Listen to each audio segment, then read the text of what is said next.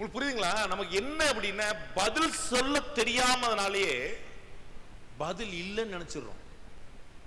நமக்கு பதில் சொல்ல தெரியல, அப்ப பதில் இல்லைன்னு நினைச்சிடறோம்.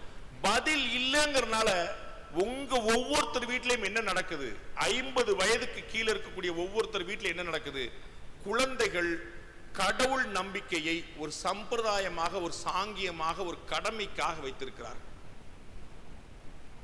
விளக்கேத்திற்கு கும்பிடு அப்படின்னா எதுக்கு அப்படின்னு செருப்பை போட்டு வச்சு விளக்கேத்தலாம் இல்லையாதா? இந்த நம்பிக்கைகள் கேள்வி கேட்கப்படுகின்றன. நாமளும் இந்த நம்பிக்கையில கேள்வி கேட்காமலே ஏத்துக்கிட்டோம். பெரியவங்க பேசும்போது குறுக்க பேசாத அப்படின்னு பெடரில் அடிச்சு ஒழுங்கா கும்பிடுன்றோம். அவனும் பெரியவங்க எல்லாம் சுத்தி நிக்கிறாங்களேங்கிறக்காக கும்பிடுறான். ஆனா அந்த ஆன்மீக உணர்வு உள்ள வருதா அப்படின்னு அதுல ரொம்ப கெட்டுப்போய் இருக்கக்கூடிய வர்க்கம் இந்த ஆண்கள் வர்க்கம். பெண்கள் வர்க்கம் பக்தியை தூக்கி பிடிச்சு இன்னைக்கு காப்பாத்திட்டு இருக்கிறதே பெண்கள் மட்டும்தான். இந்தியாவில் பெண்கள் மட்டும் இந்த பக்தியை தூக்கி பிடிக்கலன்னா இந்தியா எவ்வளவு ஆபத்தா போயிருக்கும் நான் இன்னைக்கு வரைக்கும் அஞ்சுறேன். அவர்கள் தான் உண்மையிலே சக்திகள், உண்மையிலே தெய்வங்கள்.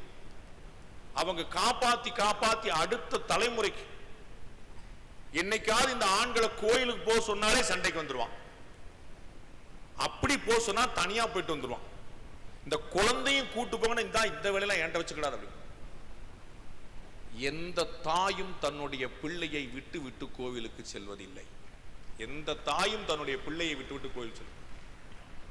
அவதான் அடுத்த தலைமுறைக்கு இந்த ஆன்மீகத்தையே கடத்தார். அவதான் உண்மையிலேயே பெரும் தெய்வம்.